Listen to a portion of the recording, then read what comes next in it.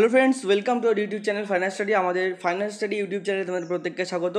আজকে তোমাদের জন্য আরও একটি চাকরির খবর, চাকরির নোটিফিকেশান নিয়ে হাজির হয়েছি, যেটা কিন্তু অলরেডি কিন্তু নোটিশটা আউট হয়ে গেছে এবং যার কিন্তু আবেদন প্রক্রিয়া অলরেডি চলছে। তো তোমরা অন স্ক্রিন কিন্তু দেখতে পাচ্ছ ইউনিয়ন পাবলিক সার্ভিস কমিশনের পক্ষ থেকে কিন্তু একটা নোটিশ তোমাদের সামনে খোলা হয়েছে, মানে ইউপিএসসির পক্ষ থেকে নোটিশটা খোলা হয়েছে, যেখানে প্রথমেই দেখতে পাচ্ছ এক্সামিনেশন নোটিশ দেওয়া আছে এবং দেখো এটা 24/4/2024 কিন্তু পাবলিশ হয়েছে।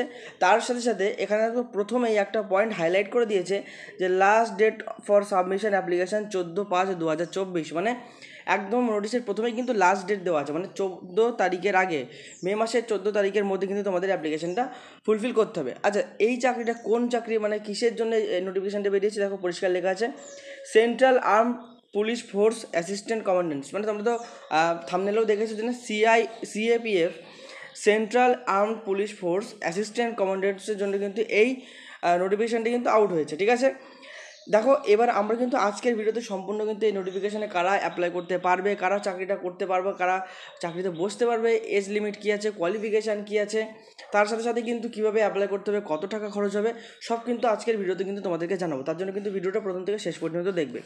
তোমাদের জন্য কিন্তু আমি নোটিশটা একটু খুঁজে খুঁজে দেখাচ্ছি, সব যে পয়েন্টগুলো খুবই গুরুত্বপূর্ণ সেগুলো শুধু তোমাদেরকে জানতে হবে।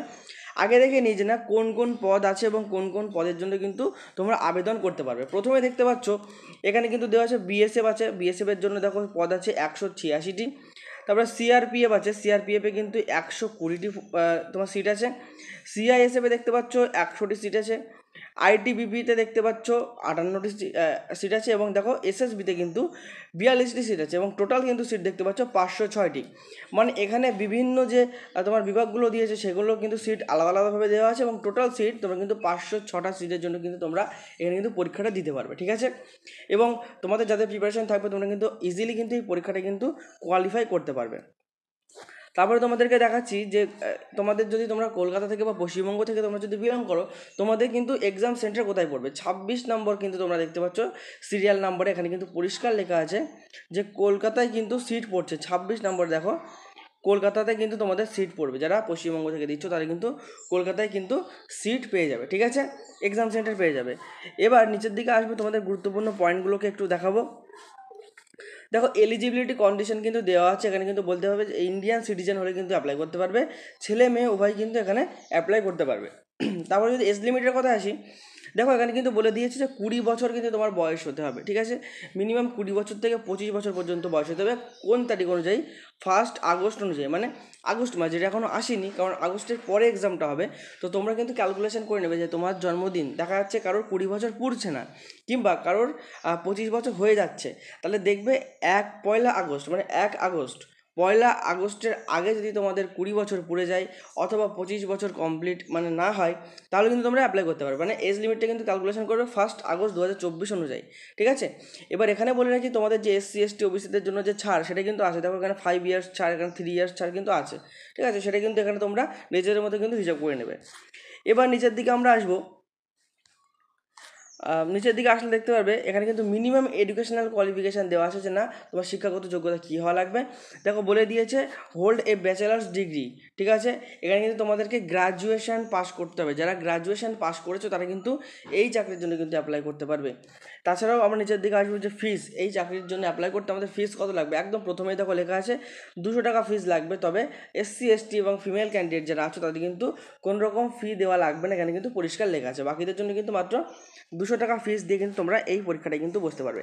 অ্যাপ্লাই করার জন্য দেখো অফিসিয়াল ওয়েবসাইটের লিঙ্ক দিয়েছে www.upsconline.nic.in, এখান থেকে কিন্তু তোমরা অনলাইন আবেদনটা কিন্তু করতে পারবে। যদি অনলাইন আবেদনের সম্পূর্ণ ভিডিও চাও তাহলে কিন্তু অবশ্যই কিন্তু কমেন্ট করে জানাবে, তোমাদের জন্য কিন্তু সম্পূর্ণ আবেদন কিন্তু একদম স্টেপ বাই স্টেপ কিন্তু দেখানো হবে।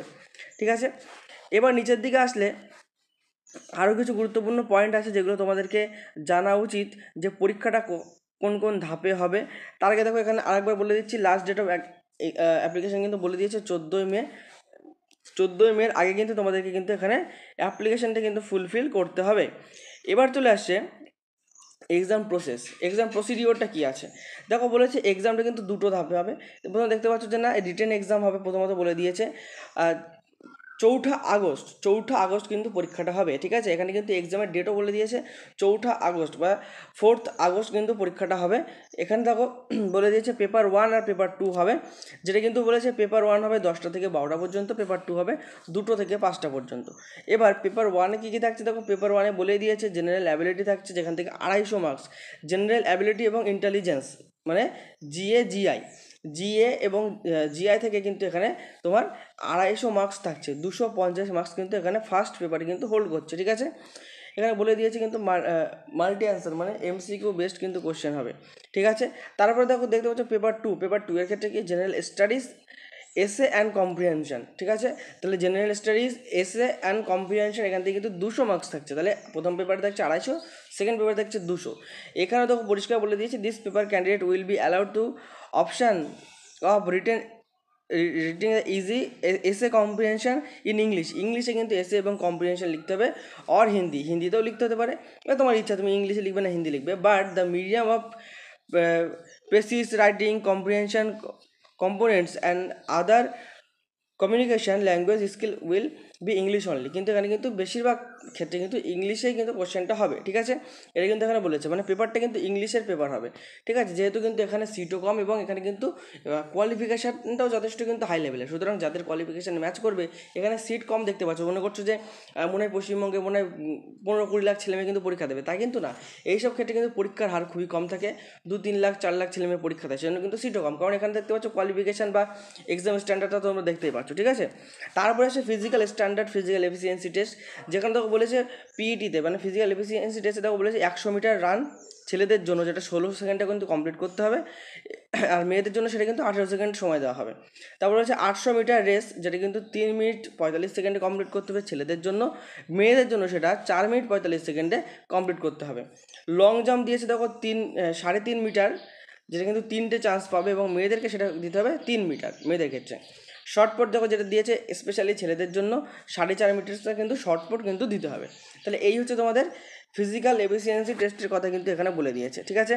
তারপরে তোমাদেরকে যেটা হবে ইন্টারভিউ হবে, তারপরে ফাইনাল সিলেকশন হবে, জেনারেল অ্যাবিলিটি ইন্টেলিজেন্স টেস্ট, এগুলো পরপর তোমাদেরকে কিন্তু পরবর্তী ধাপগুলো হবে এবং তোমার কিন্তু সিলেকশন হয়ে যাবে, ঠিক আছে। তাহলে এখানে তুমি কিন্তু চাকরি সম্পর্কে জানলে, সিলেবাস সম্পর্কে জানলে, তাছাড়াও কীভাবে অ্যাপ্লাই করতে হবে তার তো তোমরা যদি চাও তাহলে ভিডিও আমরা অবশ্যই বানিয়ে দেবো। তার সাথে সাথে কিন্তু অ্যাপ্লাই করার লাস্ট ডেট আবার বলে দিচ্ছি, একদম দেখতে পাচ্ছ নোটিফিকেশনের একদম প্রথমে আমি তোমাদেরকে একটু দেখিয়ে দিচ্ছি, নোটিফিকেশনের একদম প্রথমেই কিন্তু বলে দিয়েছে 14/5/2024 কিন্তু লাস্ট ডেট। সুতরাং তোমরা যারা ইচ্ছুক, যারা কোয়ালিফিকেশন ম্যাচ করছে, যারা পরীক্ষাটা দিতে চাও, প্রিপারেশন আছে, তারা কিন্তু অবশ্যই 14/5/2024 আগে কিন্তু ফর্মটা ফিল আপ করে নেবে, ঠিক আছে। যদি তোমরা এরকম চাকরির আপডেটের ভিডিও পেতে চাও তাহলে কিন্তু অবশ্যই আমাদের চ্যানেলটা সাবস্ক্রাইব করে রাখবে, ভিডিওটা ভালো লাগলে একটা লাইক করে দিও, তোমার বন্ধুদের কাছে শেয়ার করো যাতে তারাও কিন্তু গুরুত্বপূর্ণ ইনফরমেশনটা জানতে পারে। আজকের ভিডিওটা এখানে শেষ করছি, দেখা হবে কোনো পরবর্তী ভিডিও কোনো নতুন টপিক নিয়ে। ততক্ষণ পর্যন্ত সুস্থ থেকো, ভালো থেকো, পড়াশুনো করতে থাকো। জয় হিন্দ, জয় ভারত।